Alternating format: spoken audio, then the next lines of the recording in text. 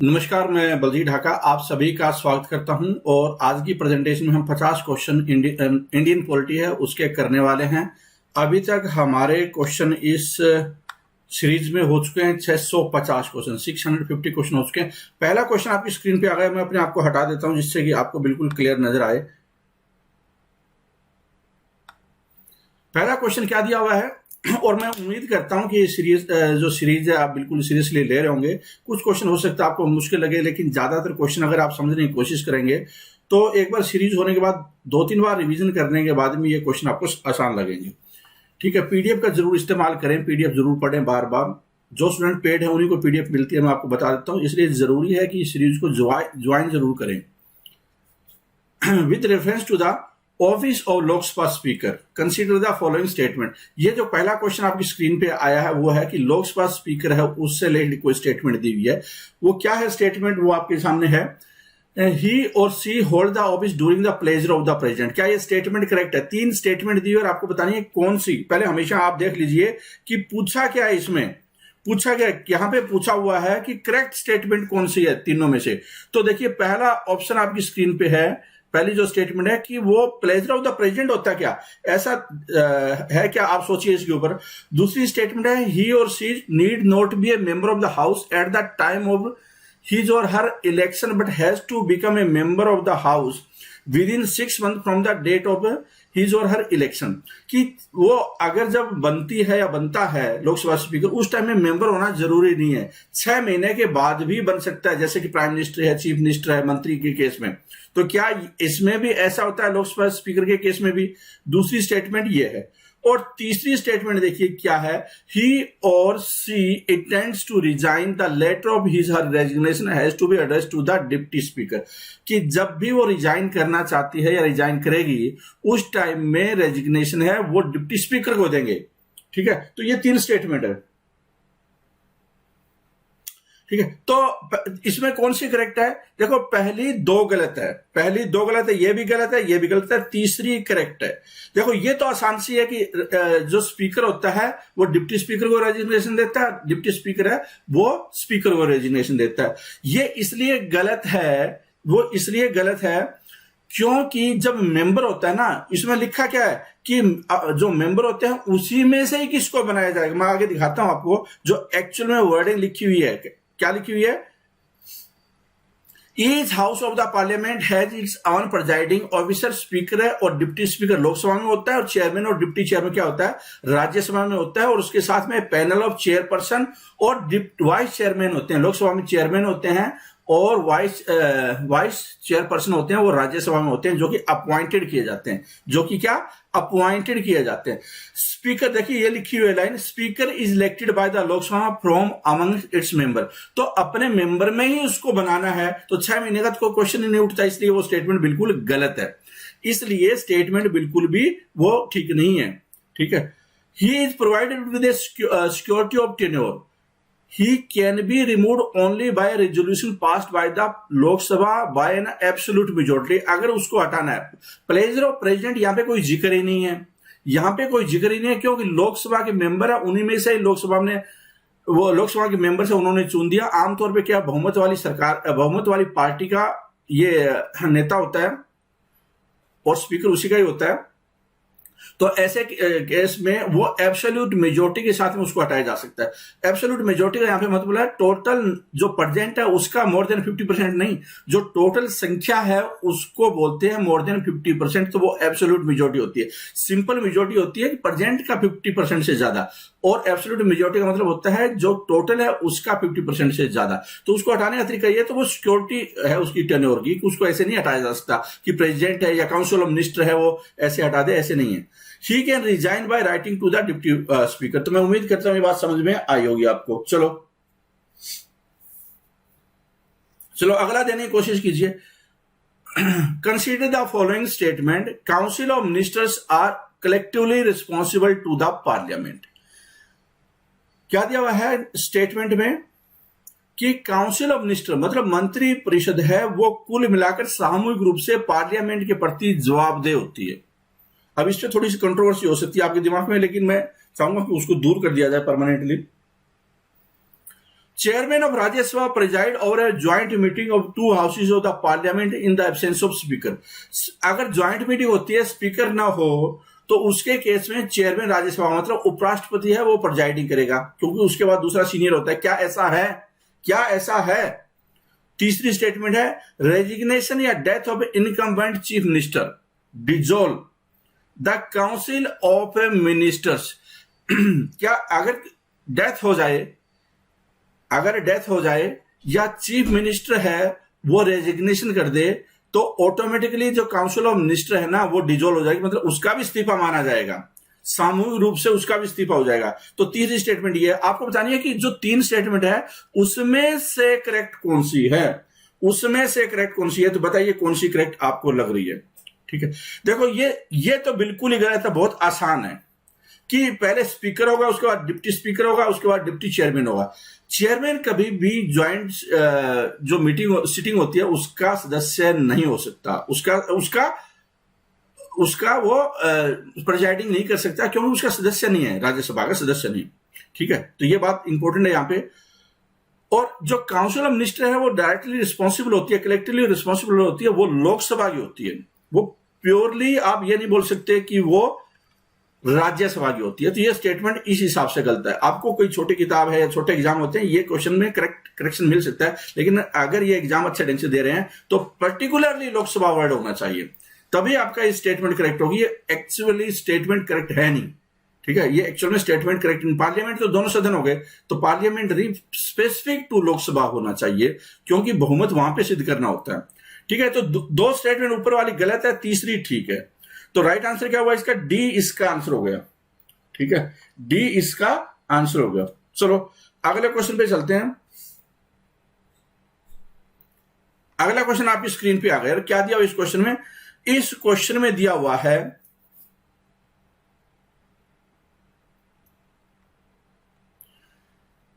Constitution confers executive power of a cabinet in the concurrent list to। संविधान है वो executive power, मतलब executive power कौन सी होती है? कार्यकारी शक्ति जिसको बोलते हैं, कोई सी चीज को एग्जीक्यूट करना है। मैं एग्जांपल दूंगा अभी, जो स्टेटमेंट पढ़ने के बाद में फिर आपको समझ में आएगा, वरना मोस्ट प्रोबेबली आप इसका आंसर गलत करेंगे। मोस्ट प्रोबेबली इसका आंसर आप गलत कर सकते हैं। तो constitution confer executive power of a subject in the concurrent list. Concurrent list कौन सी होती है? समवर्ती सूची इसको हिंदी में बोलते हैं, जहां पे कि कानून लेजिस्लेशन है वो पार्लियामेंट और स्टेट लेजिस्लेचर दोनों कर सकते हैं। लेजिस्लेशन का सवाल है। ठीक है, तो एक तो बात होगी लेजिस्लेचर की, जहां पे दोनों होगी। जब एग्जीक्यूशन की बात आती है, एग्जीक्यूशन की, तो वो किसको फिर होगा? तो देखिए, जैसे कि एजुकेशन है, एजुकेशन कंकरेंट लिस्ट में है, इसको एग्जीक्यूट कौन करता है? स्कूल चलाता कौन है? सरकार चलाएगी, केंद्र सरकार चलाती है, राज्य सरकार चलाती है? ऑब्वियसली राज्य सरकार चलाती है। इसका आंसर क्या है कि स्टेट गवर्नमेंट होगा। इसका आंसर स्टेट गवर्नमेंट होगा। कुछ स्टूडेंट है कुछ ना और पक्का लिखेंगे कुछ ना कुछ, लेकिन जो इसका आंसर है वो स्टेट गवर्नमेंट है। क्यों? एग्जीक्यूशन की पूछा है यहाँ पे और नहीं पूछा है, तो इसलिए स्टेटमेंट को ढंग से पढ़ना है। ठीक है, एग्जीक्यूशन पूछा है। स्टूडेंट क्या सोच सकते हैं? स्टूडेंट उस रूप में लेंगे कि अगर दोनों का मामला हो, दोनों की बात अटक जाए, तो जो पावर है कानून बनाने की वो किसकी सुपरमेसी होगी? स्टूडेंट इस रूप में सोच सकते हैं, मतलब लेजिस्लेटिव सुपरमेसी पार्लियामेंट की होती है, उस रूप में मत सोचिए। यहां पे एग्जीक्यूटिव पावर की बात आई है, मतलब जो काम करना है एक्चुअली में वो कौन करता है, ये पूछा है। तो ये एडमिनिस्ट्रेशन का क्वेश्चन है, न कि आप इसको लेजिस्लेशन के हिसाब से सोचें। ठीक है, अगले क्वेश्चन पे आ जाते हैं। विच provision guaranteed independence of the supreme court? निम्नलिखित में से कौन सा प्रोविजन है, जो सुप्रीम कोर्ट की इंडिपेंडेंस को गारंटी करता है? ठीक है, कौन सा प्रोविजन है? तो पहला क्या है? अपॉइंट इट्स ओन स्टाफ, कि उसके पास प्रोविजन होता है कि अपना स्टाफ है, अपने कर्मचारी है, वो खुद नियुक्त कर सकते हैं। दूसरी स्टेटमेंट है ban on practice after retirement. इस स्टेटमेंट को भी आपको ध्यान में रखना है कि मतलब समझना है इसका। प्रैक्टिस करने का मतलब वो वकील वाली प्रैक्टिस होती है। कहीं आप सोचे कि रंजन गोगोई है वो राज्यसभा का मेंबर बन गया, वो सर्विस हुई। सर्विस आफ्टर रिटायरमेंट है, वो कर सकते हैं, लेकिन यहां पे बात प्रैक्टिस की आई है। दो स्टेटमेंट में फर्क होता है। दो स्टेटमेंट में फर्क है। तो ban on practice after retirement है, उसकी बात हो रही है, ठीक है। तो ये एक्चुअल में बैन है।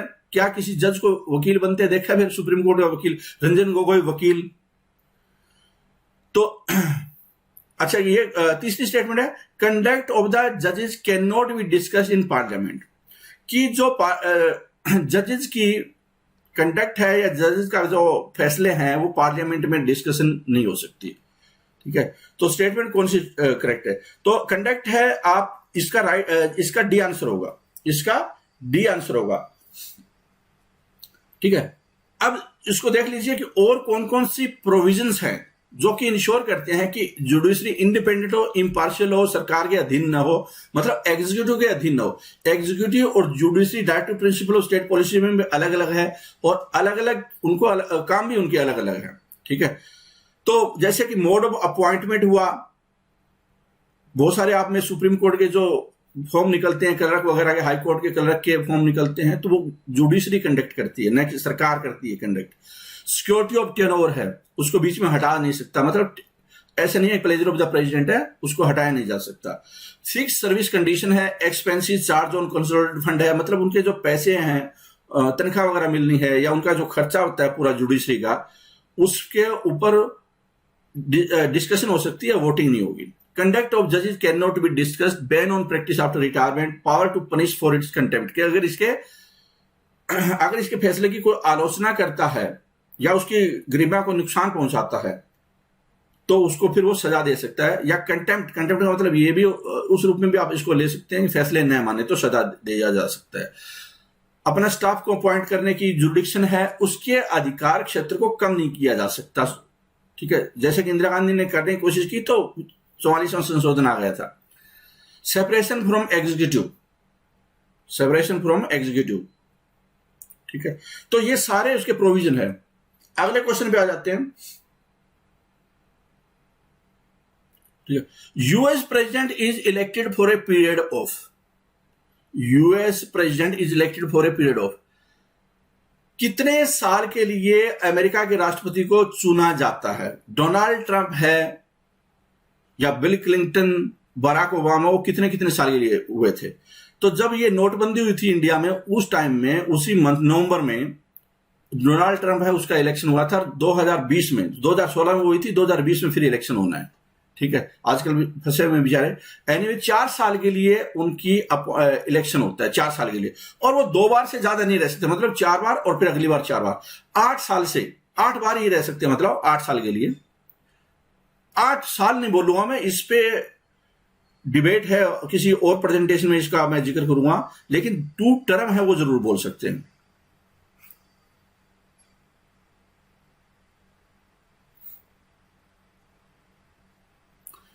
Rajasthan high court is located, Rajasthan high court है वो कहां पे लोकेटेड है? बहुत आसान सा क्वेश्चन है। ये कोई जरूरी नहीं है कि हाई कोर्ट का जो लोकेशन है वो कैपिटल हो, राजधानी हो, ऐसा कोई जरूरी नहीं है। हमने पीछे भी देखे हैं, यूपी से रिलेटेड है, हमने और भी डिस्कस किया है। तो बताइए कि इसका हाई कोर्ट का है, जोधपुर हाई कोर्ट है,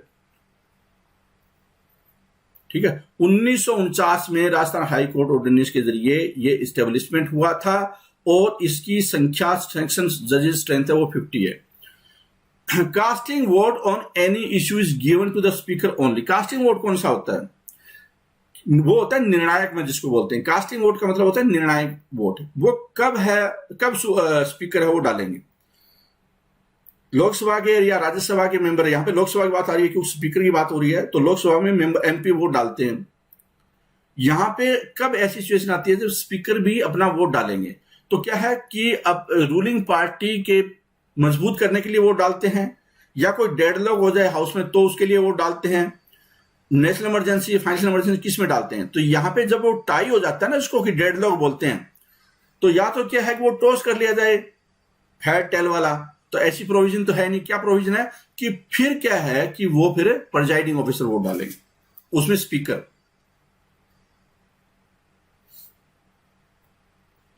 speaker can ask a member of house to stop speaking and let another member speak, this is known as. आपने फ्रीक्वेंटली जब आप लोकसभा की कार्रवाई है देखते हैं तो सुना भी होगा, उस टाइम में देखा होगा कि एक मेंबर बोल रहा होता है और फिर क्या है कि उसी बीच में दूसरा मेंबर बोलना स्टार्ट हो जाता है। तो ऐसी सिचुएशन होती है, उसको मैनेज कैसे करें? उस मच्छी मार्केट को मैनेज करना बहुत मुश्किल हो जाता है। तो ऐसी हालात में क्या उसको क्या बोलते हैं? स्पीकर के पास वो पावर है कि किसी को बोलने से वो रोक सकता है, ठीक है? तो बताइए उसकी पावर को क्या बोलते हैं? तो इसका राइट आंसर क्या है? इसका आंसर है D, yielding the floor. Floor का इल्ड करना मतलब फ्लोर को आगे बढ़ाना या चलाना भी बोल सकते हैं। इल्डिंग द फ्लोर बोलते हैं, उसको रोकना होता है। आगे देखिए क्वेश्चन आ जाता है आपका, functional head of the government is the. Functional head कौन सा है?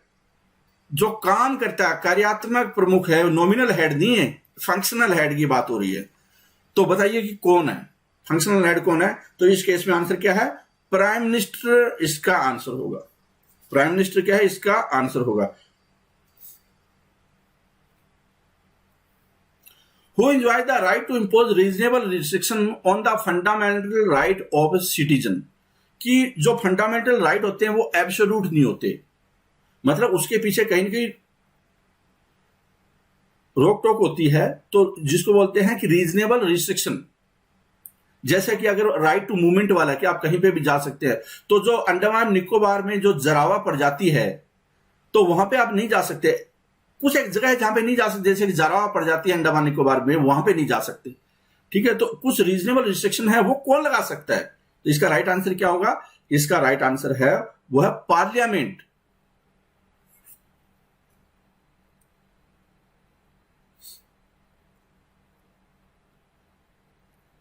ठीक है? Fundamental right are not absolute, they have reasonable restriction, which means they are subject to condition of state security, public morality, decency, friendly relation with foreign countries. Union Parliament enjoy the right to impose such a restriction. मैंने example दिया था जो जनजाति से related. Consider the following pairs regarding the source of the Indian constitution. देखो India का संविधान है वो अपने आप बहुत सारे देशों से मिलकर बना हुआ है। तो यहाँ पे वही बताया गया है कि किस देश से कौन सा फीचर लगाया गया है, किस देश से कौन सा फीचर है वो है।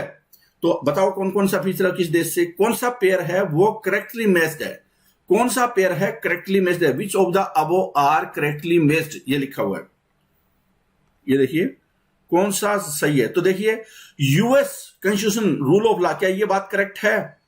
क्या यूएस से हमने रूल ऑफ लॉ लिया है? या British constitution single citizenship, Irish constitution है directive principle of state policy, और फ्रेंच कॉन्स्टिट्यूशन है procedure established by law, procedure established by law, ठीक है? तो देखिए इसमें जो करेक्टली मैच है ना वो ये दो है, सिंगल सिटीजनशिप ब्रिटेन और आयरिश वाले से आयरिश कॉन्स्टिट्यूशन है directive principle of state policy.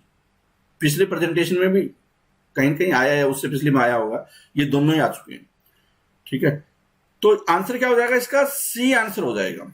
Answer C हो जाएगा, क्योंकि देखिए यहां पे जो बात करेंगे ना प्रोसीजर एस्टेब्लिश्ड बाय लॉ, वो जापान से है, और जो ब्रिटिश कॉन्स्टिट्यूशन पार्लियामेंट्री गवर्नमेंट है रूल ऑफ लॉ, वहां पे रूल ऑफ लॉ है वो यूएस का नहीं है। किसका rule of law?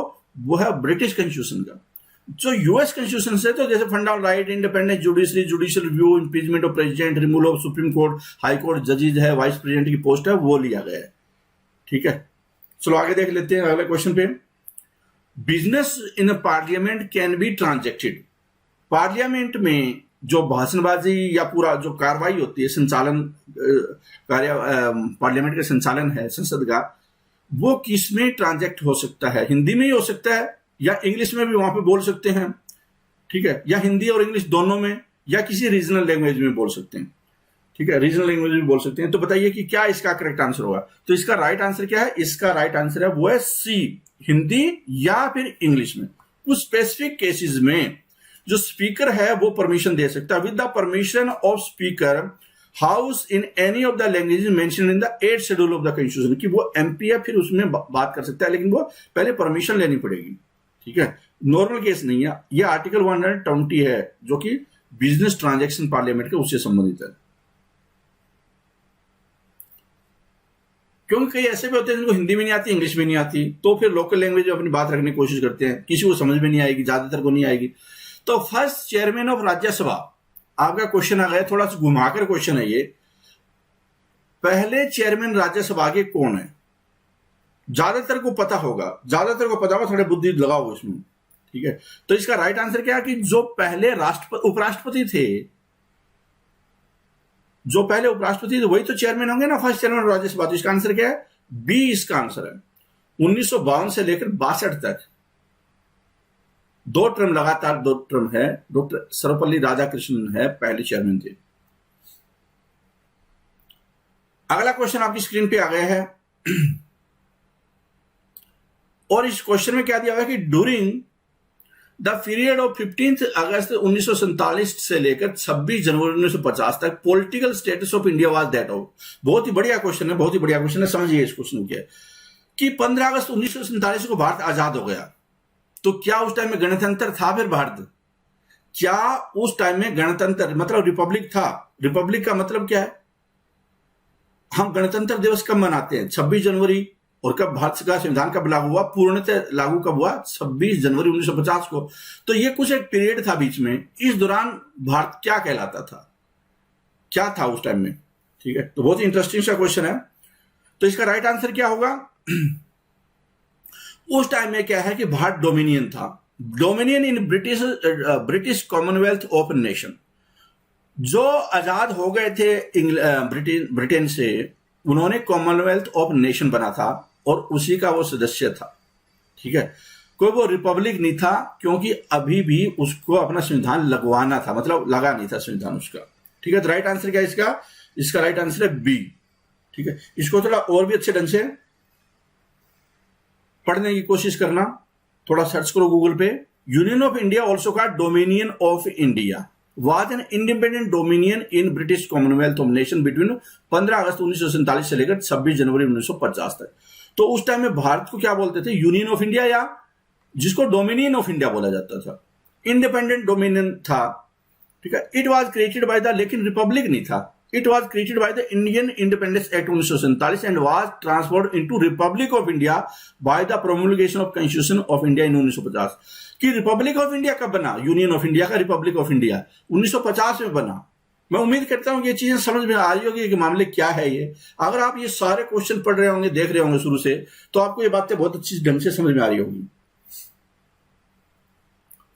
Dr. Ambedkar had said that Article Dash should normally remain a dead letter and would be used only in the last resort। ऐसा कौन सा आर्टिकल है? डॉक्टर अम्बेडकर साहब है, वो दुखी थे, लेकिन वो बोला था, उन्होंने बोला कि ये मैं उम्मीद करता हूं कि ये कभी लागू ना हो, ये इसका जरूरत न पड़े। उन्होंने उस पर यह बोला कि मैं उम्मीद करता हूं कि ये संविधान में हमने कोई असाधारण सिचुएशन के लिए रखा है, लेकिन ये डेड लेटर ही रहे तो अच्छी बात है। हमारे फेडरल करेक्टर है, वो डेमोक्रेसी को वो बना रहे, और ये लास्ट रिजोर्ट हो। तो वो कौन सा है जो फेडरल करेक्टर को या लास्ट रिजोर्ट में यूज होना चाहिए? आर्टिकल 356। आर्टिकल 356 क्या होता है? वो आर्टिकल 356 राज्यों में प्रेसिडेंट रूल, राष्ट्रपति शासन, स्टेट इमरजेंसी लगाना, ताकि सरकारें इसका मिसयूज न करें फ्रिक्वेंटली, क्योंकि इसमें बहुत ज्यादा संभावना हो जाती है कि सेंट्रल गवर्नमेंट के पास इस तरह का पावर है या राज्यपाल का टूल का इस्तेमाल करके कभी भी स्टेट गवर्नमेंट को वीक कर सकती है। तो उन्होंने इस मुद्दे पे बोला था कि फेडरल करेक्टर है, उसमें कहीं ना कहीं ये नुकसान पहुंचा सकता है।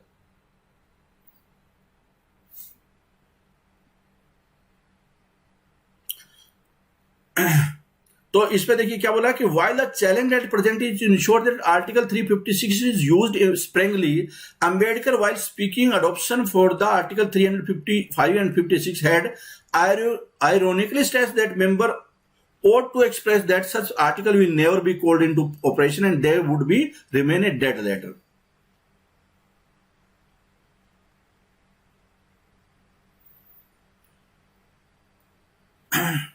यहां पे एक आर्टिकल और जिक्र आया था 365, जो पिछला सेशन था 365 का, उसमें हमने जिक्र किया था। चाहता हूं कि मैं कमेंट सेक्शन में आप उसका जवाब दे कि आर्टिकल 365 क्या था। स्वतंत्र पार्टी वाज फॉर्म, स्वतंत्रता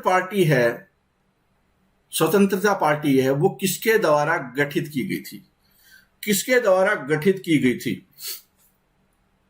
ठीक है, तो जो पिछला सेशन था उसमें यह आया था कि पहला नो कॉन्फिडेंस मोशन किसने लाया था? ऑब्वियसली क्या है कि स्वतंत्रता पार्टी है वो गठित की गई थी सी राजागोपालाचारी ने।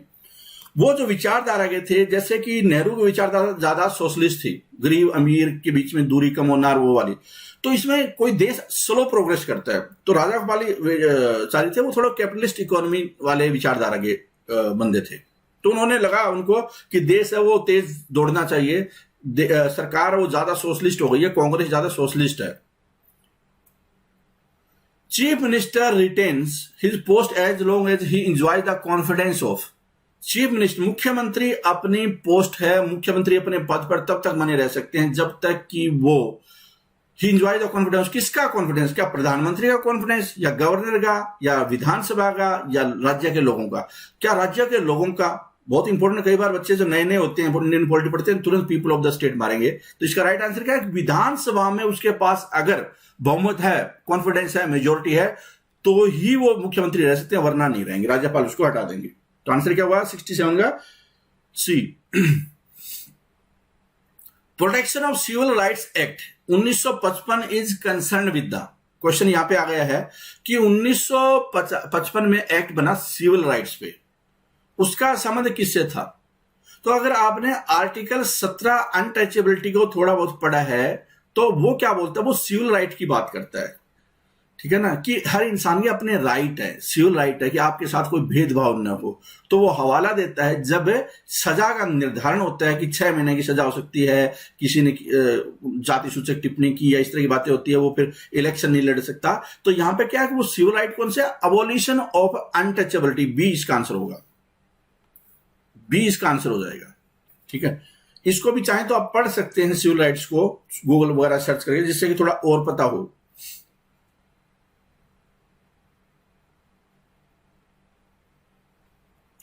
ठीक है। Late Mrs Vijay Lakshmi Pandit was the first. Mrs Vijay Lakshmi Pandit है वो क्या थी? स्वर्गीय क्या थी बताओ? देखो, जब ये इमरजेंसी वगैरह लागू थी या इंदिरा गांधी के काल में, वो बहुत ज्यादा हालांकि वो रिश्तेदार थी इंदिरा गांधी की, उसके बाद भी उनके बड़ी खिलाफ थी। तो यहां पे स्टेटमेंट है कुछ कि वो क्या थी? वो first Indian to become president of the United Nation General Assembly, women cabinet minister of state in the free India, women ambassador of free India to a foreign country, और to adorn all the 3 assignments, कि तीनों ऊपर वालों को सुशोभित कर रही है, विभूषित कर रही है, मतलब तीनों स्टेट इन फ्री इंडिया। तो इसका राइट आंसर क्या है? इसका राइट आंसर वो तीनों ही थी। इसका राइट आंसर क्या है? डी है कि वो सारी चीजें इसमें थी। आप इसमें थोड़ा सा और बायोग्राफी के बारे में सर्च कर सकते हैं, जिससे कि कुछ और भी आइडिया आपको पता चले कि नेहरू और इंदिरा गांधी के साथ इनका क्या रिलेशन था, ठीक है। बिना रिलेशन ऊपर चढ़ना बहुत मुश्किल होता है, ठीक है। कुछ एक यहां पर दी हुई ये चीजें, और वो काफी लंबे समय तक 1946 से लेकर 1968 तक उन्होंने इंडियन डेलीगेशन को यूनाइटेड नेशन में हेड किया था। क्वेश्चन आ जाता है वहां यहां पे 670, और क्या दिया हुआ है क्वेश्चन नंबर 670 में? मैं अपने आप को हटाता हूं पहले तो।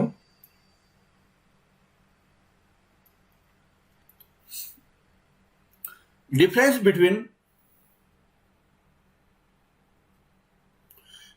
बिटवीन एन एडिशनल जज एंड एक्टिंग जज ऑफ ए हाई कोर्ट। आपने हाई कोर्ट जब पढ़ रहे होंगे, हाई कोर्ट पढ़ते होंगे, तो एक चीज पढ़ते होंगे कि वहां पे एडिशनल जज भी होते हैं, एक्टिंग जज भी होते हैं। जब जज की कमी हो जाए या इस तरह की बातें होती है तो एडिशनल जज की भूमिका आती है, एक्टिंग जज की भूमिका आती है, ठीक है। तो इसके ऊपर डिफरेंस पूछा गया है कि दोनों में क्या डिफरेंस है। पहला ऑप्शन है A, there is a practically no difference, कि एक्चुअली में कोई नाम लिख दिया, एक्टिंग जज है और एडिशनल जज है। अब मैं आपसे इन चारों स्टेटमेंट से पहले ये समझने आपको बताना चाहता हूं, ये समझो इस बात को। एक्टिंग जज कब होता है? एक्टिंग प्राइम मिनिस्टर कब हो सकता है? कोई गुलजारी लाल नंदा की बात हुई एक्टिंग प्राइम मिनिस्टर, या कोई एक्टिंग कब होता है? जब कोई इमीडिएटली किसी का देहांत हो जाए, या क्या है कि आकस्मिक कोई सिचुएशन पैदा हो जाए, मतलब अचानक कोई चीज हो तो उसकी जरूरत पड़ जाए। हाई कोर्ट के कोई जज है वो अचानक बीमार पड़ गए हैं, कोरोना की वजह से काम नहीं कर पा रहे हैं, जरूरत पड़ रही है, काम ज्यादा है, बिजनेस ज्यादा है, वहां पे ट्रांजेक्शन ज्यादा करना है, तो एक्टिंग जज की भूमिका आती है। ऐसे एडिशनल जज है, इन दोनों में डिफरेंस की बात पूछ रही है यहाँ पे। There is a practically no difference. क्या ऐसा है? The former is appointed in a casual vacancy where the latter is appointed to cope with the workload. कि दूसरा है वो ज्यादा वर्कलोड के लिए होता है, पहला है वो कैजुअल इमरजेंसी की कैजुअल वैकेंसी की वजह से होता है। तीसरा है the former is appointed to cope with the workload, कि पहला वर्कलोड का सिचुएशन होती है उसको कोप अप करने के लिए होता है, जबकि एक्टिंग जज है वो कैजुअल वैकेंसी के लिए होता है, ठीक है, आकस्मिक रिक्ति के लिए होता है। Former is appointed by the president where is latter is appointed by the chief justice of the concerned high court. ठीक है, तो इसका राइट आंसर क्या होगा? वैसे तो बहुत आसान से है, मैंने वैसे हिंट दे दिया आपको कि इसका राइट आंसर है सी। जब एक्टिंग कब होता है? जब कैजुअल वैकेंसी, मतलब कि वहां पे कोई अचानक वैकेंसी हो गई है। और एडिशनल कब होता है? जब काम ज्यादा हो गया है तो एडिशनल को रखते हैं, जैसे कि नाम इंडिकेट करता है एडिशनल, ठीक है, काम ज्यादा हो गया, वर्कलोड ज्यादा हो गया, तो इसको सी आंसर होगा इसका। ऐसी सिचुएशन में हाई कोर्ट में जो प्रेसिडेंट है उनके पास ये पावर है कि वो नियुक्ति कर सकते हैं 2 साल से ज्यादा की। यहां पे कुछ और भी कंडीशन है यहाँ पे कि मैक्सिमम है वो 2 साल के लिए हो सकती है। प्रेसिडेंट में appoint duly qualified person to be additional जज of the court for such period not exceeding 2 years at specific, और 62 years से ऊपर एज नहीं होनी चाहिए।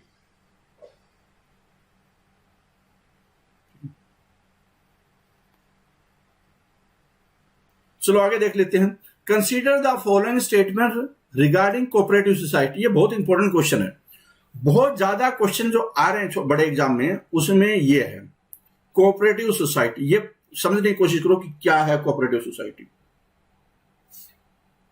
ये समझने करो कि क्या है कोऑपरेटिव सोसाइटी। आपने अमूल वगैरह का नाम सुना होगा, ये सारी कोऑपरेटिव सोसाइटी। तो यहां पे बात क्या है? Consider the following statement regarding cooperative society. The original constitution give constitutional status and protection to cooperative society. क्या स्टेटमेंट? ठीक है, मतलब संविधान जब स्टार्ट था उसमें ही कोऑपरेटिव सोसाइटी को संवैधानिक दर्जा मिल गया था, ताकि कोऑपरेटिव सोसाइटी को प्रोटेक्ट किया जा सके। क्या यह बात करेक्ट है? क्या कॉन्स्टिट्यूशनल स्टेटस, संवैधानिक दर्जा, आर्टिकल है संविधान में कोई इस सोसाइटी से रिलेटेड, कोऑपरेटिव सोसाइटी से रिलेटेड है? और वो शुरू से है, ये बात क्वेश्चन है, ये स्टेटमेंट है। दूसरा, right to form cooperative society is a fundamental right in India. मौलिक अधिकार है क्या right to form cooperative society. तीसरी स्टेटमेंट है parliament is empowered to make laws with respect to multi state cooperative society. कि ये पार्लियामेंट, अगर multi state का मतलब कि कई राज्यों में कोई सोसाइटी है बनानी है या कुछ का काम काज होना है, तो फिर पार्लियामेंट के पास पावर है उससे संबंधित लॉ बनाने के लिए, ठीक है। तो विच of the following statement is और आर करेक्ट, कि बताना है आपको कि कौन सी स्टेटमेंट है वो करेक्ट है, कौन सी स्टेटमेंट है करेक्ट है। तो देखिए यहां पे इसका आंसर होगा बी, ये दोनों स्टेटमेंट करेक्ट है, ये नहीं है, ओरिजिन से नहीं है। अब देखिए पढ़ लिए पूरा, मैं चाहता हूं कि ये जो है ये पूरा आप नजर दौड़ाएं, जरूरी है, पूरा नजर दौड़ाएं जरूरी है कि संविधान में 97 कॉन्स्टिट्यूशनल अमेंडमेंट हुआ था 2011 को, जिसमें इसको कॉन्स्टिट्यूशनल स्टेटस मतलब संवैधानिक दर्जा है दिया गया था, ताकि प्रोटेक्ट किया जा सके कोऑपरेटिव सोसाइटी को। और 3 चेंजेस संविधान में किए गए।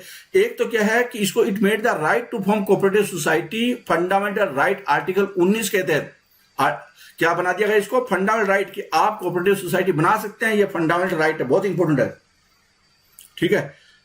तो ये बात होगी। दूसरा क्या है कि it included a new article directive principle में एक आर्टिकल कोऑपरेटिव सोसाइटी से कि प्रमोट करना है उसको, राज्यों को, राज्य मतलब सरकार को, स्टेट को। वो आर्टिकल, कई बार ये भी क्वेश्चन आ जाता है एग्जाम में कि आर्टिकल 43 का बी का संबंध है वो किससे है, तो इसका क्या है? प्रमोशन ऑफ कोऑपरेटिव सोसाइटी से। तो ये बहुत इंपॉर्टेंट आर्टिकल हो गया आपके लिए, ठीक है। ये अमेंडमेंट इंपॉर्टेंट हो गया 97 वाला। ये क्या है? फंडामेंटल राइट होगा या नहीं होगा, ये बात इंपॉर्टेंट होगी। कितने क्वेश्चन बन रहे हैं इस पे, कितने क्वेश्चन इस पे बन रहे हैं, इसको गंभीरता से लीजिए। और एक न्यू पार्ट 9B है संविधान में ऐड किया गया, जिसका नाम है कोऑपरेटिव सोसाइटी। तो ये भी है कि 9B का संबंध किससे है? कोऑपरेटिव सोसाइटी से। तो कितने हो गए? कितने क्वेश्चन इस बन सकते हैं और कितने क्वेश्चन पीछे आए हैं। इसलिए कई बार क्या होता है, किताबें पढ़ना काफी नहीं होता, जब क्वेश्चन करते हैं ना तो माथा ठनकता है कि वो सीरियसली नहीं ले गई, हमने चीजें सीरियसली नहीं ली उस टाइम में। ठीक है, अच्छा, the new part 9B contain various provision to ensure that cooperative society in country function in a democratic, professional और autonomous and economically sound manner. Cooperative society है वो डेमोक्रेटिक हो, ये इंश्योर करता है ये आर्टिकल, प्रोफेशनल हो, ऑटोनोमस हो, इकोनॉमिकली साउंड हो। पार्लियामेंट को एम्पावर किया गया कि मल्टी स्टेट कोऑपरेटिव सोसाइटी को वो उस पर रूल एंड रेगुलेशन कानून बना सकते हैं, और स्टेट लेजिस्लेचर को अगर उसी राज्य में, मतलब दूसरी जो कोऑपरेटिव सोसाइटी होगी ना, मल्टी स्टेट नहीं है दूसरी वाली को, तो वहां पे वो एप्रोप्रिएट लॉ बना सकते हैं। ठीक है, तो उम्मीद करता हूं ये पूरा आपने समझा होगा, पढ़ा होगा, बहुत जरूरी था। चलो आगे देख लेते हैं।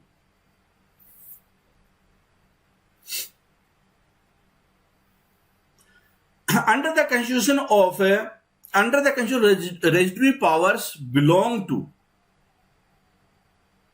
संविधान में जो रेजिडुअरी पावर होती है, अवशिष्ट शक्तियां इसको बोलती है, जो कहीं पे नहीं है लिखा होता है यूनियन लिस्ट उसमें, तो वो किसके पास होती है, वो किसके पास होती है? तो ये उम्मीद करते हैं ये आसान सा क्वेश्चन है, वो यूनियन गवर्नमेंट के पास में होती है। जब आ जाती है ना कि किस मुद्दे पे, सोशल मीडिया पे कानून कौन बनाएगा, आने वाले टाइम में कुछ भी हो सकता है, जैसे ट्विटर है, यूट्यूब आई है, उसके अलावा हम सोच भी नहीं सकते कि 20 साल के बाद पता चला रोबोट भी बड़े इस तरह के आ गए हैं कि जो कोरोना है उसके लिए, उसमें खाना आपके लिए रोबोट ला रहे हैं, तो उसका संचालन कैसे हो। जैसे ड्रोन का केस हुआ, तो ड्रोन से रिलेटेड पहले जब संविधान बना था उस टाइम में किसी ने सोचा नहीं था ड्रोन जैसी भी कोई चीज हो सकती है। तो ऐसे मुद्दों पे पार्लियामेंट है, यूनियन गवर्नमेंट है, वो एक्शन लेगी फिर।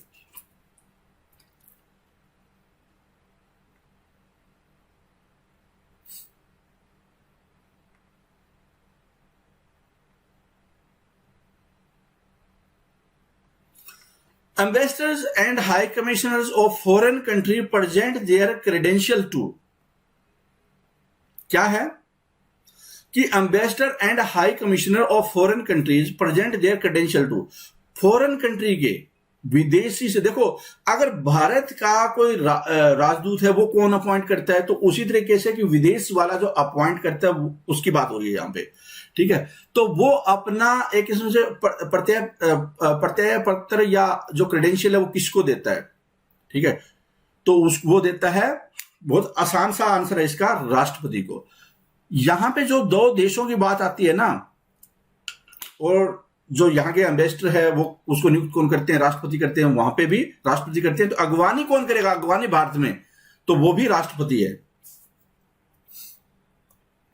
The founder of the Indian National Congress were, founder of Indian National Congress, अपने INC Indian National Congress, Sonia Gandhi, Rahul Gandhi, Rajiv Gandhi, Indira Gandhi, Pandit Jawaharlal Nehru, इन सब का नाम इनके बारे में सारा सुना होगा।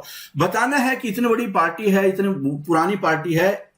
देखते हैं कितने बच्चे इसको करेक्ट बता सकते हैं कि इसके फाउंडर कौन थे। देखते हैं इसके कौन बता सकते हैं, फाउंडर्स कौन थे, बताओ फटाफट बताओ कि फाउंडर्स कौन थे।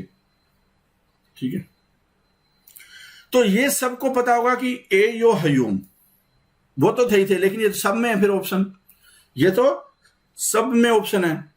दादा भाई नौरोजी है, वो किसमें, ये भी सब ज्यादातर को पता होता, लेकिन इसमें नहीं है, इसमें है, तो ये थोड़ा क्लियर हो रहा है इससे।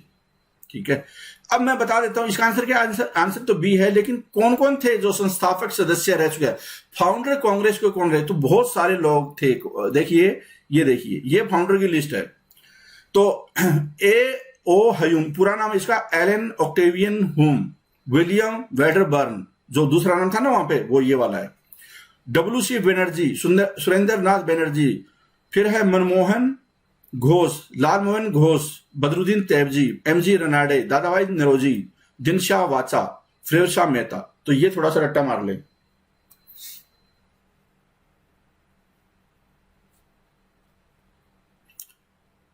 अगला क्वेश्चन है कि the returning officer for the state assembly elections are appointed bye,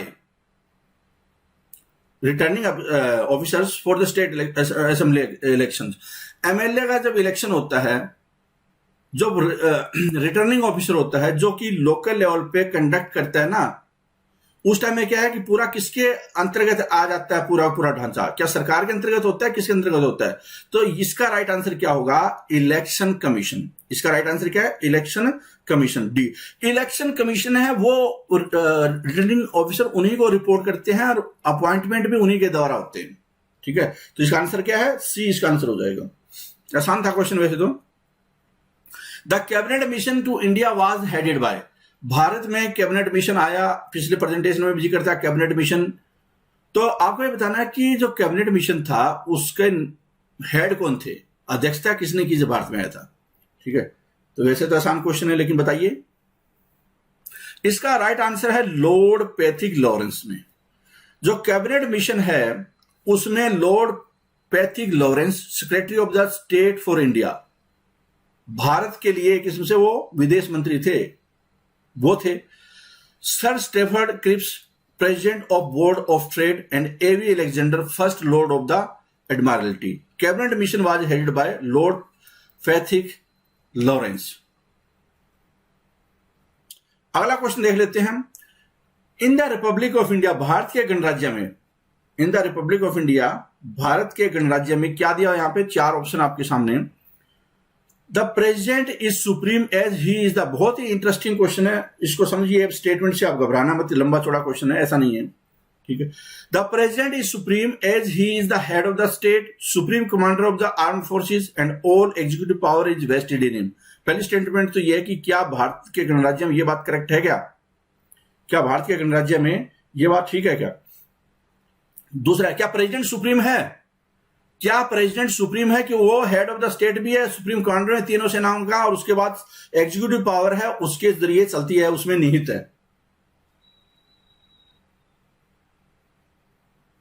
दूसरा देखिए, जो बच्चा इस क्वेश्चन को पूरा नहीं पढ़ेगा ना 90% गलत आंसर देगा।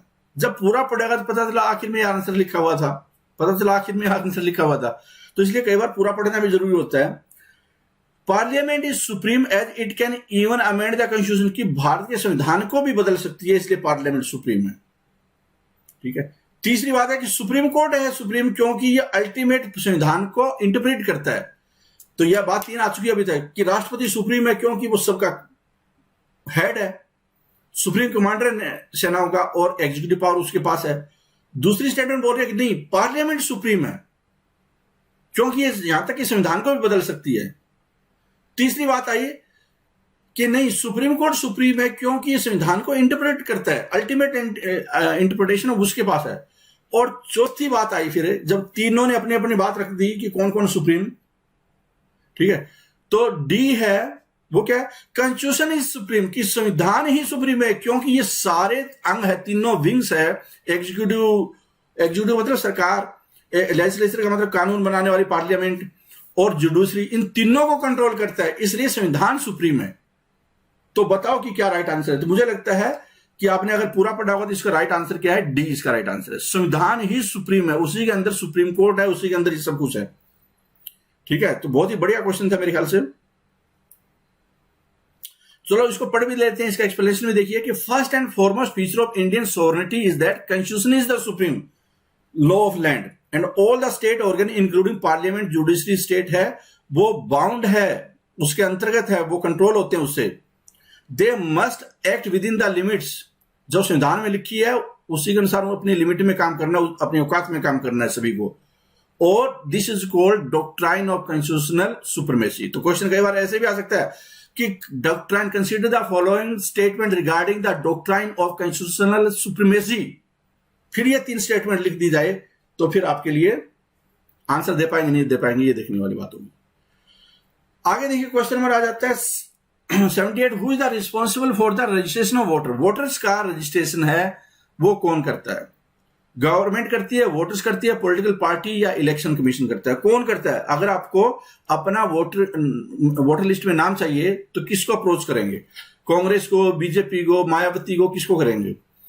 ठीक है, या सरकार को करेंगे, या किसी दूसरे मतदाता को कर बैठेंगे?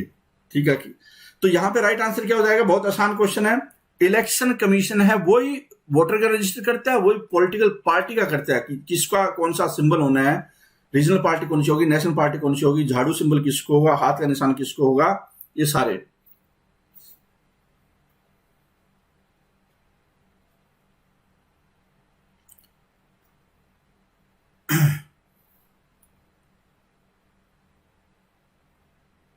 Can a citizen approach a court for the enforcement of a directive principle? Can a citizen approach a court for the enforcement of a directive principle? क्या कर सकता है? नहीं कर सकता। क्यों?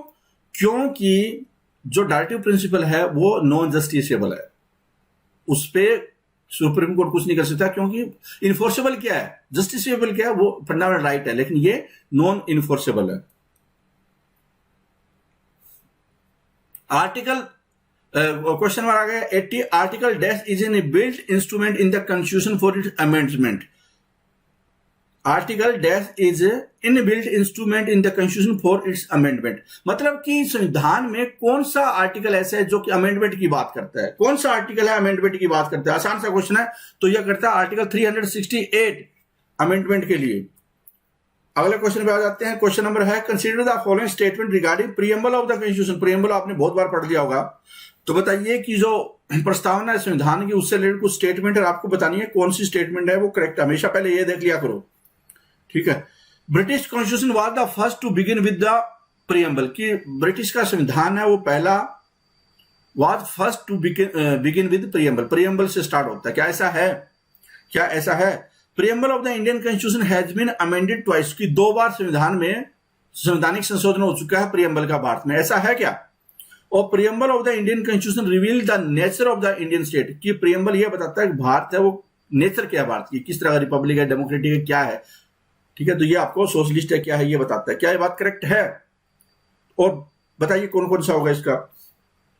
तो इसका राइट आंसर क्या है? राइट आंसर है सी, राइट आंसर है सी। ये तो ठीक है, लेकिन ये तो अमेंडमेंट एक बार हुआ और ये तो अमेरिका है, America to first begin with preamble, ठीक है। और जो एक बार अमेंड किया गया था, कब किया गया था? 42वें संशोधन में किया गया था, ये बात पता होगी आपको।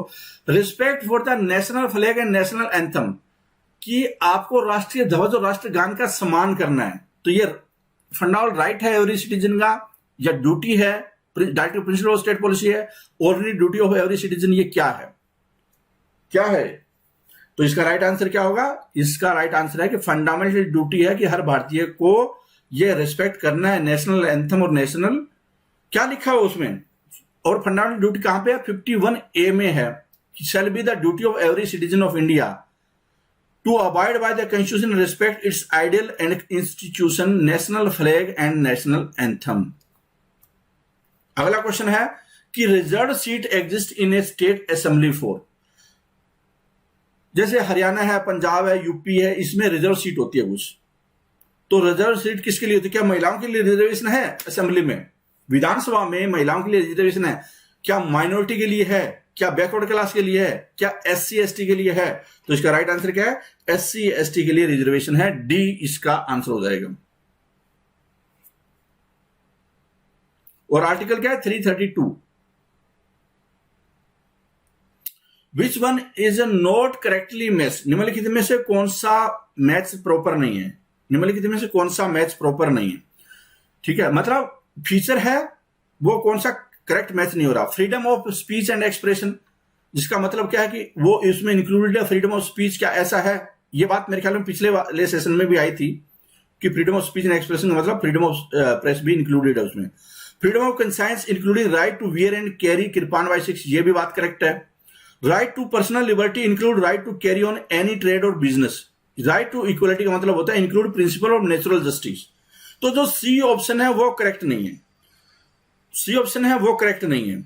क्यों है? कि जो आर्टिकल 21 है उसमें लिखा हुआ है कि no person shall be deprived of his life or personal liberty except according to provision established by law, ठीक है। तो वो तो life to personal liberty and protection वाली बात आ गई ना, लाइफ के प्रोटेक्शन की बात आ गई, तो इसमें ट्रेड और बिजनेस की बात नहीं आई। तो राइट आंसर क्या इसका? सी होगा। थोड़ा आर्टिकल 21 के बारे में सर्च कर सकते हैं, 21 और 19 का कंपैरिजन देख सकते हैं। कहने का मतलब ये है कि fundamental duties are duties of, fundamental duty है वो किसकी ड्यूटी है? क्या गवर्नमेंट की ड्यूटी है समाज के प्रति, क्या राज्य की नागरिक के सरकार की नागरिकों के प्रति ड्यूटी है फंडामेंटल ड्यूटी, या सिटीजन की सोसाइटी और फेलो सिटीजन के प्रति है, या सिटीजन और स्टेट दोनों की ड्यूटी है फंडामेंटल ड्यूटी? ये फंडामेंटल ड्यूटी होती किसकी है? ठीक है, तो इसका राइट आंसर क्या है? इसका राइट आंसर है सिटीजन की ड्यूटी है सोसाइटी और फेलो सिटीजन के प्रति, सरकार की कोई ड्यूटी नहीं है।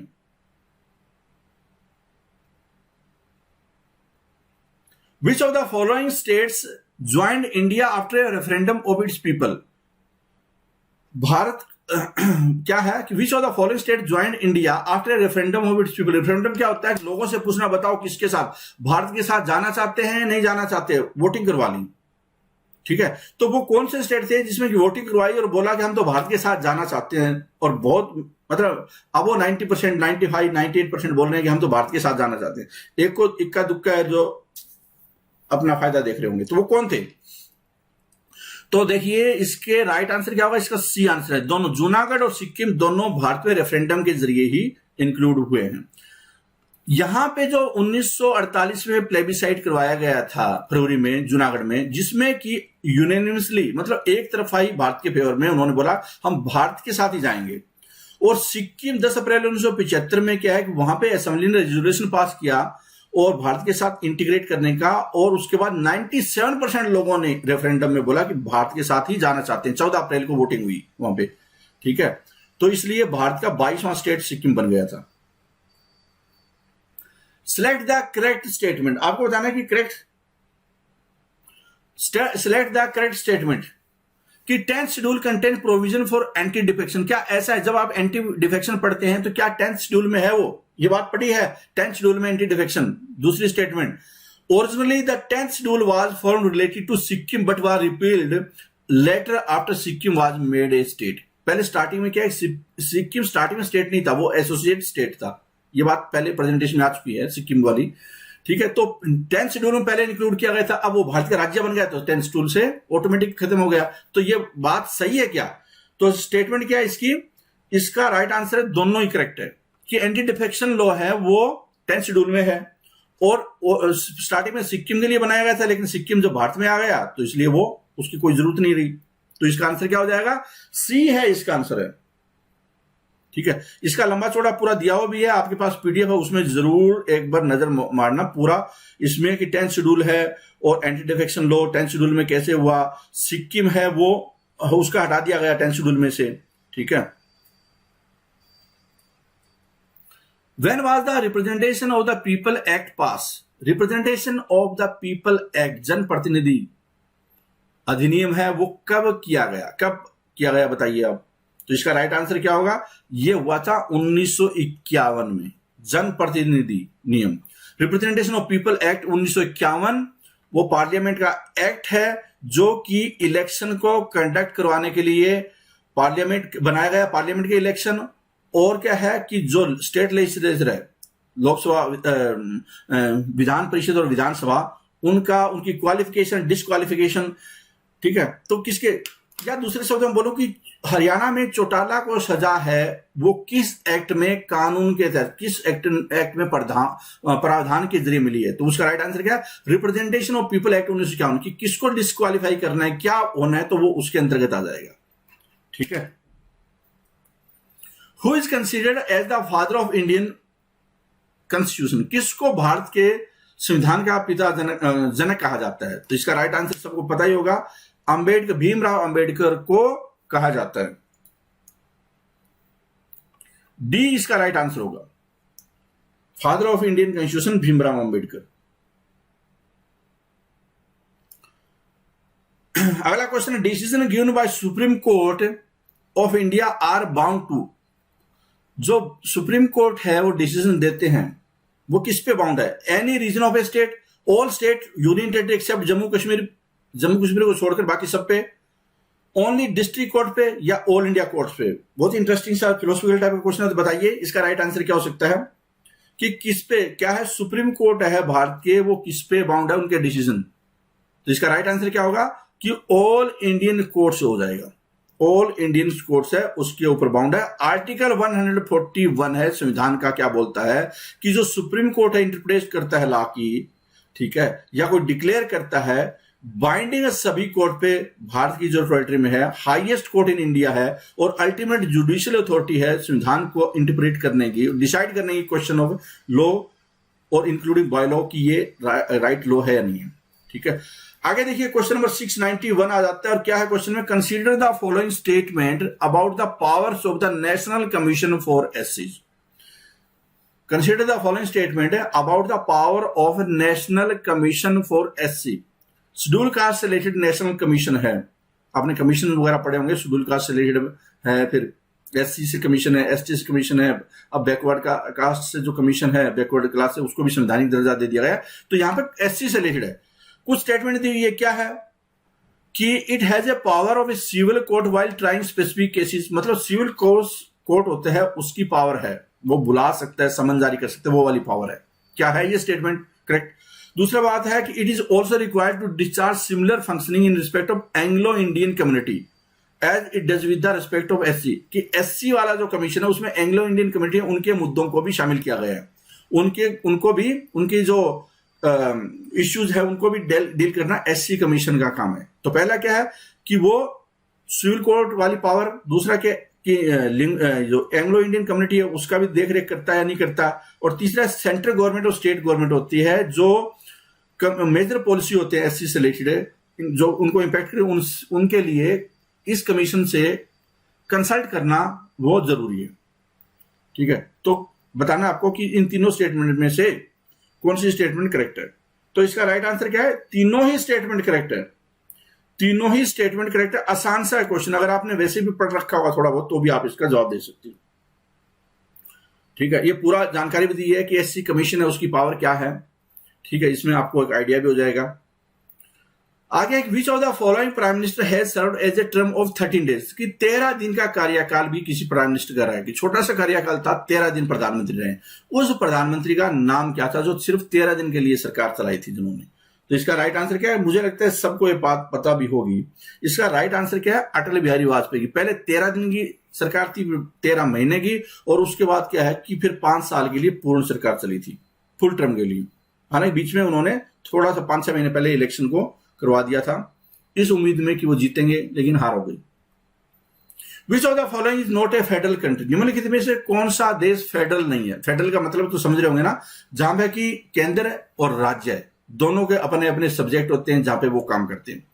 ठीक है, तो कनाडा, ब्राजील, चाइना और ऑस्ट्रेलिया, इन चारों में से फेडरल देश कौन सा है? मतलब जहां पे कि केंद्र की ही चलती है। तो ऑब्वियसली क्या है कि बहुत आसान है इसका, कि ये तो चाइना ही हो सकता है, जहां पे क्या है कि वहां पे ऊपर वाले हैं वही सब कुछ करते हैं। ठीक है, तो ये देखिए जो दुनिया के 8 बड़े कंट्री है उसमें से 7 है वो फेडरल है, और सिर्फ चाइना है ना वो फेडरल नहीं है। तो जो बड़े 8 है, रशिया है, कनाडा है, यूनाइटेड स्टेट्स है, ब्राजील है, ऑस्ट्रेलिया, इंडिया, अर्जेंटीना, ये सारे क्या है कि यहाँ पे पावर डिसेंट्रलाइज है, मतलब कि सेंटर के पास पावर है तो राज्यों के पास भी पावर है। अमेरिका है वो यूनिटी स्टेट है, केंद्र के पास ही पावर है वहां पे, और ये ऐसा यूनिक करता है चाइना को, इसलिए आप बोल सकते हैं वहां पे ज्यादा तानाशाही टाइप की सरकार है। अगला क्वेश्चन है कि forming an association in India, association का बनाना क्या फंडामेंटल राइट है, लीगल राइट, नेचुरल राइट या कॉन्स्टिट्यूशनल राइट? फंडामेंटल राइट है या कौन सा राइट है बताइए? फॉर्मिंग एन एसोसिएशन, संघ बनाना। तो राइट आंसर क्या होगा इसका? ये फंडामेंटल राइट है। ये क्या है? फंडामेंटल राइट है 19(1)(c) के तहत, 19(1)(c) के तहत। और क्या है कि constitution of India guarantee to all its citizen the right to form the association और यूनियन और कोऑपरेटिव सोसाइटी। थोड़ी देर पहले आया था ना जिक्र कोऑपरेटिव सोसाइटी, तो ये भी पढ़ लेना। क्वेश्चन नंबर आ गया 695।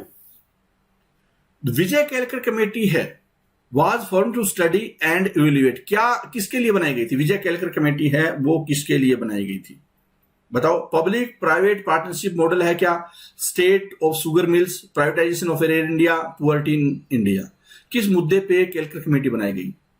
तो इसका राइट आंसर क्या है कि इसका राइट आंसर है ए, पब्लिक प्राइवेट जो पार्टिसिपेशन मॉडल है उसका इवैल्यूएशन करने के लिए कि भाई जो हमने कर रहे हैं वो ठीक भी चल रहा है नहीं चल रहा है। तो 9 मेंबर की कमेटी बनी थी, जिसके हेड थे finance secretary, former finance secretary Vijay Kelkar है, और रिपोर्ट सबमिट की थी 2015 में उन्होंने। और ये कमेटी है वो 26 मई 2015 में रिव्यू करने के लिए कि जो PPP पॉलिसी होती है, पब्लिक प्राइवेट पार्टनरशिप वाली, उसमें क्या बदलाव किया जा सकता है, उसका एक्सपीरियंस हमारा कैसा रहा है, बेटर कैसे इंप्लीमेंट किया जा सकता है, ये सारे मुद्दों के लिए थी। Financial emergency provision of Indian constitution have been borrowed from, कि भारत के संविधान में फाइनेंशियल इमरजेंसी लगाई जा सकती है, ये प्रोविजन है वो किस देश से लिया गया, ये प्रोविजन है वो किस देश से लिया गया। तो इसका राइट आंसर क्या है, वो लिया गया है जर्मन कॉन्स्टिट्यूशन से, जर्मनी से लिया गया है वो, जो वेमर कॉन्स्टिट्यूशन ऑफ जर्मनी है, वेमर कॉन्स्टिट्यूशन ऑफ जर्मनी, वहां से ये लिया गया है।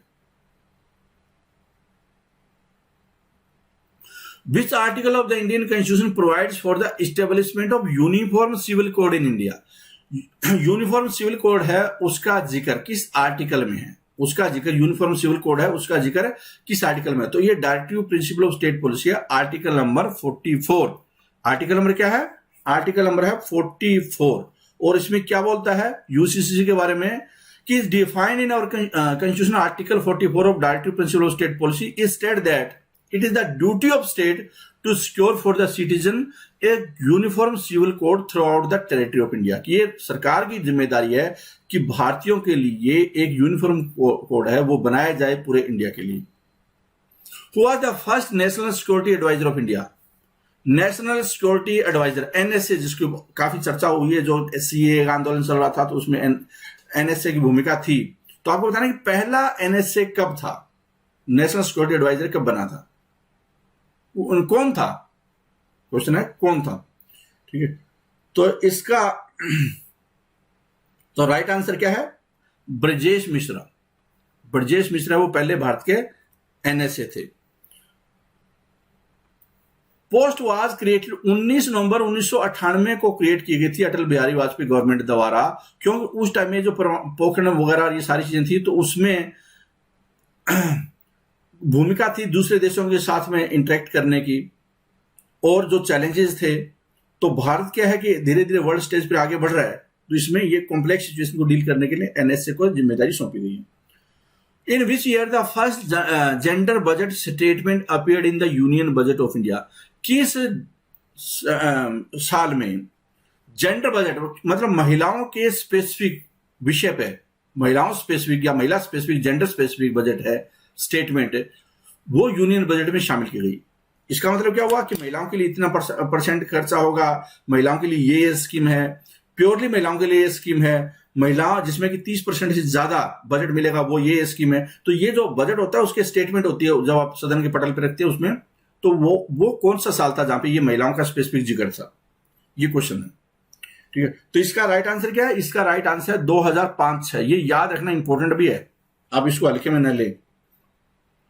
ठीक है, 2005-6 में जेंडर बेस्ड स्टेटमेंट है, वो उसके 2 हिस्से थे। एक में क्या है, पार्ट 1 में जो महिला स्पेसिफिक स्कीम होगी 100% एलोकेशन होगा बजट का, और दूसरा के 30% से ज्यादा होगा, तो part B. What is the election called in a political, parliamentary or assembly constituency to fill the vacancy arising during the tenure of the government? कि गवर्नमेंट चल रही है लेकिन वैकेंसी हो गई है, MP में या MLA के केस में वैकेंसी हो गई है, सरकार का अभी कार्यकाल पड़ा हुआ है, किसी के देहांत हो गया, डेथ हो गई है, या किसी ने रेजिग्नेशन दे दिया, तो ऐसे में इलेक्शन होना है। अब उस इलेक्शन को क्या बोलते हैं? तो इसका राइट आंसर क्या होगा? उसको बोलते हैं इंडिया में बाय इलेक्शन बोलते हैं, बाय पोल्स, बाय इलेक्शन या बाय पोल्स बोलते हैं, उपचुनाव। ठीक है, वो क्या होते हैं? उपचुनाव, मध्यवर्ती चुनाव जिसको मध्यवर्ती चुनाव, मिड टर्म इलेक्शन तो वो होते हैं जब भंग कर दिया जाता है, डिसॉल्व कर दिया जाता है पूरी असेंबली को, और नया जनरल इलेक्शन होता है, फिर नई सरकार आएगी। तो इसमें क्या, एक बंदा की वजह से हुई है, बंदे को दोबारा इलेक्ट कर लिया जाता है किसी और को, तो बाय पोल से इसका राइट आंसर होगा। तो ये थे क्वेश्चन, ठीक है, ये थे क्वेश्चन इस पर्टिकुलर केस में 50 क्वेश्चन। मैं उम्मीद करता हूं कि आपके बहुत सारे करेक्ट हुए होंगे। आप कमेंट सेक्शन में बताओ कि 50 में से आपके क्या, कौन ऐसे हैं जो कि 40+ इसका आंसर दे पा रहे हैं। ठीक है, जो लेवल है मुझे लगता है कि अबो एवरेज, या आप बोल सकते हैं इसको डिफिकल्ट लेवल। इसका लेवल IAS का लेवल नहीं है, UPSC का लेवल नहीं है। इसका जो लेवल है वो आपको बाकी जो एग्जाम है, कोई भी एग्जाम, अच्छा एग्जाम, उसको आप क्वालिफाई करने के लिए इसका इस्तेमाल कर सकते हैं। लेकिन जो बच्चे यूपीएससी की तैयारी कर रहे हैं, उनको अपना स्ट्रॉन्ग बेस बनाना है, और उसके लिए बहुत ही जरूरी ये प्रेजेंटेशन है। लेकिन इसके अलावा एसएससी, रेलवे, बाकी जगह भी एचसीएस, आईएएस में भी इसका सप्लीमेंट्री यूज कर सकते हैं। आरएएस, यूपीपीसीएस, सीडीएस, इस तरह के किसी भी एग्जाम में इसका इस्तेमाल किया जा सकता है। तो इस क्लास में इतना ही। Thank you very much.